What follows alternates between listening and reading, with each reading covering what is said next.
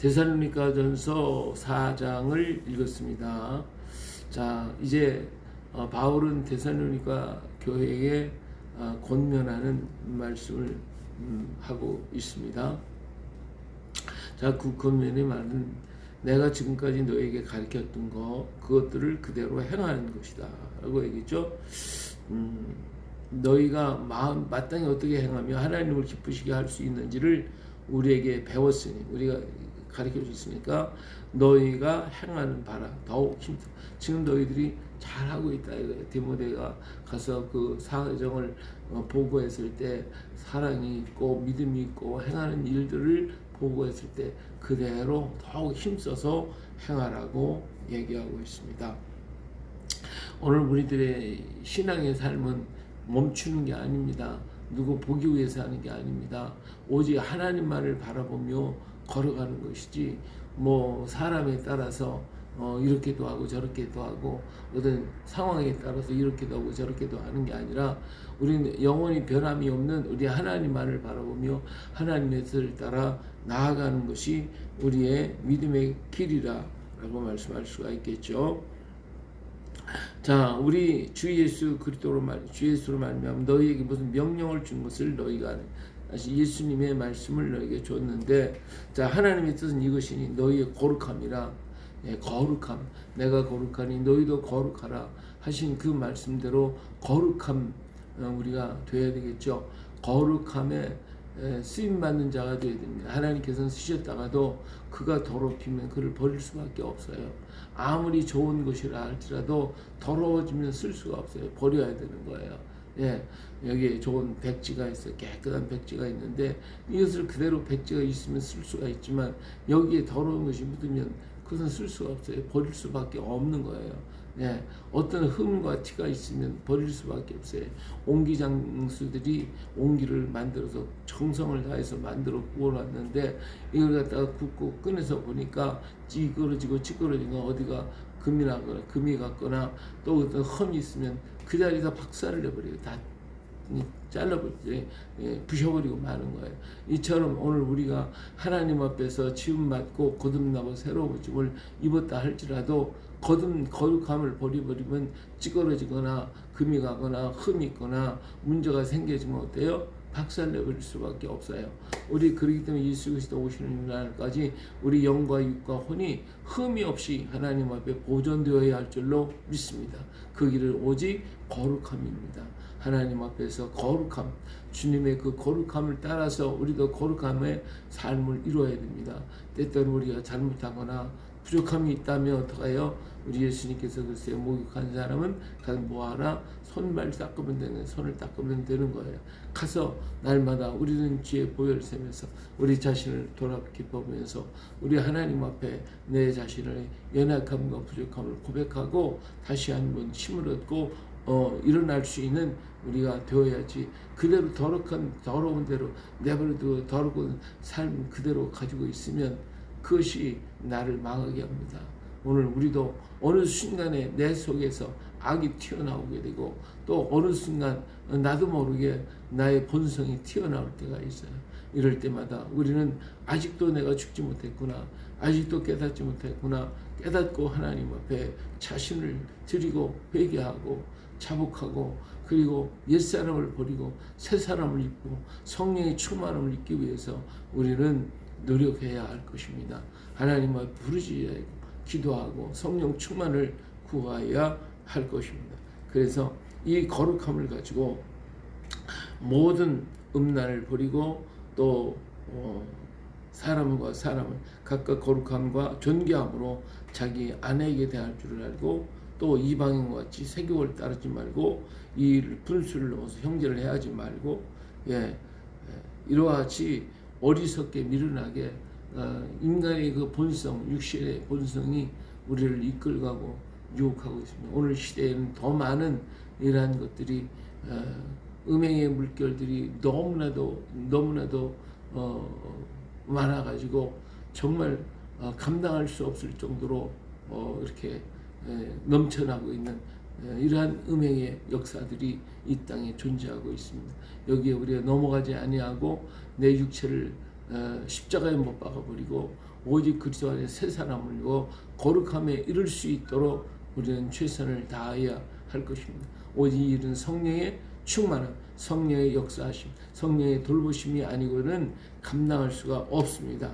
왜? 육체가 너무 강하기 때문에, 육신의 모든 것들이 너무 강하기 때문에, 세상의 유혹과 세상의 모든 것들이 너무 강하기 때문에 우리는 거기에 쓸려갈 수밖에 없고 넘어질 수밖에 없습니다. 그러기 언제나 성령의 충만을 받아 옛사람을 이기고 육체를 이기고 오직 성령의 인도함을 따라 걸어가는 우리가 되어야 할 줄로 믿습니다. 하나님의 부르심은 부정하게 하심이 아니요 거룩하게 하심이니 그러므로 저버리는 자는 사람을 저버림이 아니요 너희에게 그 성령을 주신 하나님을 저버림이라고 그랬어요. 이어 육체에 끌려가면 결국은 뭐가 돼요? 하나님을 저버리는 것이 되는 거예요. 하나님을 저버리면 어떻게 됩니까? 그를 하나님 버릴 수밖에 없어요. 그런 사람은 자기 마음에 화인 맞아가지고 악을 행하고 죄 가운데 있으면서도 겉으로는 하나님의 사람인 것처럼 포장하고 위장할 때가 너무 많이 있어요. 이런 위선적이고 가증한 그런 우리가 아니라 진정 하나님 앞에서 벌거벗은 그 모습으로 깨끗하게 거룩하게 드러나는 우리가 되어야 할 줄로 믿습니다.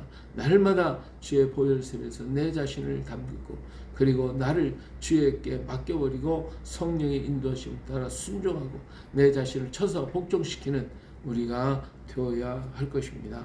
자, 데살로니가 교회에 대해서 사랑에 관해서 얘기해. 지금 너희들이 서로 사랑하고 있다고 하는 것이 정말 귀하니까 더욱 그렇게 행하라고 얘기하고 있습니다. 또 너에게 명령하지 조용히 자기 일을 하고 너희 손으로 일하기를 힘쓰라고 그랬어요.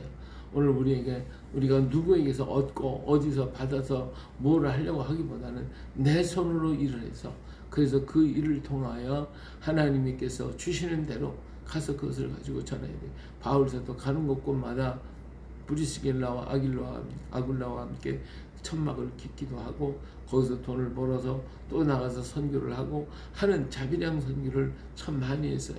물론 그를 도왔던 많은 빌립보 교회와 여러 성도들과 많은 사람들이 있었지만 그러나 그의 정신은 언제나 자기가 일을 해서 하나님의 복음을 전하기를 노력했던 것을 볼 수가 있습니다.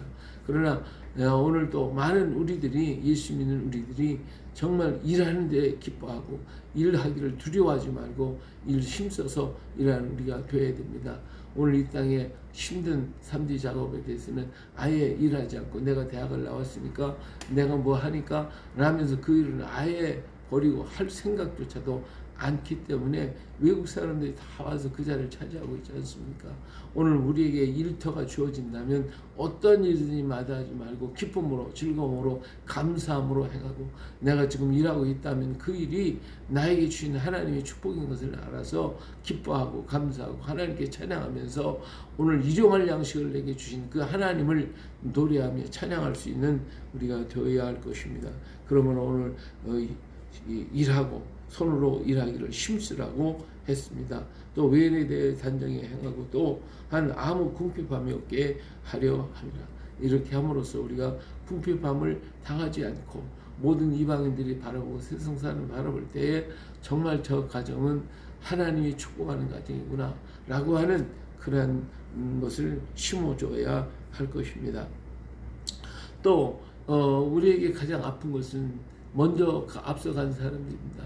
그 사람들은 그리움, 그 사람들은 사랑, 그 사람들은 정말 마음이 썰려서 정말 그를 만날 수, 물론 뭐 그냥 사는 동안에 안 좋아가지고 빨리 죽었으면 좋겠다 하는 경우도 없지 않은 사람들이 있는 줄 알고 다시 만나지 않기를 바라는 사람도 있을 수도 있겠지만 그러나 오늘 우리들이 그것은 다 어리석고 미련한 죄악의 모습이고 우리 속에 악인 우리가 우리에게 죄 지은 자를 사하여 준 것 같이 우리 죄를 사하여 달라고 우리는 기도하면서 그를 용서하지 못하는 이 부끄러운 우리들의 모습을 우리는 회개해야 할 줄로 믿습니다. 언제나 하나님 앞에 우리가 기도할 때 내가 먼저 형제를 용서해 주고 또 사해 주고 그 죄를 사해 줘야 돼. 그들이 받든지 안 받든지 우리는 그의 죄를 사해주고 그를 품어주고 그를 사랑할 수 있어야 할 것입니다. 이러한 자들이 먼저 죽었을 때, 오늘 우리 사랑하는 이웃들이, 사랑하는 사람이 죽었을 때 그에 대한 그리움과 그에 대한 정말 아픔이 우리에게 있을 거예요. 그것에 대해서 우리 주님 말씀하기를, 우리 주님께서 오실 때에 다시 그들을 데리고 오실 것을 말씀해 주고 있습니다. 그리고 그 주님의 오심을 우리 살아있는 자도 맞이하게 될 것입니다. 그렇기 때문에 우리가 결코 죽은 자들보다도 먼저 앞서는 것이 아니고 그들이 먼저고 우리는 다음인 것을 말해주고 있죠. 주께서 호령과 천사장의 소리와 하나님의 나팔, 마지막 나팔 소리가 울려 퍼질 때에, 우리 주님 강림하실 때에 그리스도 안에서 죽은 자들이 다 일어날 것입니다. 예, 그 중에는 우리가 우리에게 잘못된 사람을 용서해 주는데 그들은 용서 못하고 그렇게 했다고 일어날 수가 없겠죠. 정말 그리스도의 사람들이, 그리스도 안에 있는 사람, 거룩함을 입은 자들이 먼저 일어날 것이고 그 뒤에 살아있는 오늘 우리들도 함께 변화되어서 주 앞에 서게 될 것입니다. 그렇기 때문에 서로 위로하고 서로 돌보며 함께 해야 할 것입니다. 초대교회 성도들이 환난을 당하고 핍박을 당하고 또 순교함으로 그렇게 애쓰고 사랑했던 사람들이 먼저 갔을 때 거기에 대한 그리움과 거기에 대한 아픔이 있었을 거예요. 그러나 그들을 다시 만나는 소망이 있다고 하는 것을 여기에서 말해주고 있습니다. 우리는 언제나 그리스도 안에서 하나입니다. 언제나 우리는 그리스도 안에서 있는 자들이 살았으나 먼저 갔으나 우리는 그리스도 안에서 한 형제요 한 믿음의 백성들이고 또 주 앞에서 다 만남을 갖게 될 것입니다. 영원하신 우리 주님의 그 크신 은혜가 우리에게 넘쳐나게 될 것이니 우리는 다시 오실 예수님을 소망하면서 믿음 속에 오늘 또 확실하게 걸어갈 수 있는 우리 모두 되시기를 예수님의 이름으로 축복합니다. 할렐루야.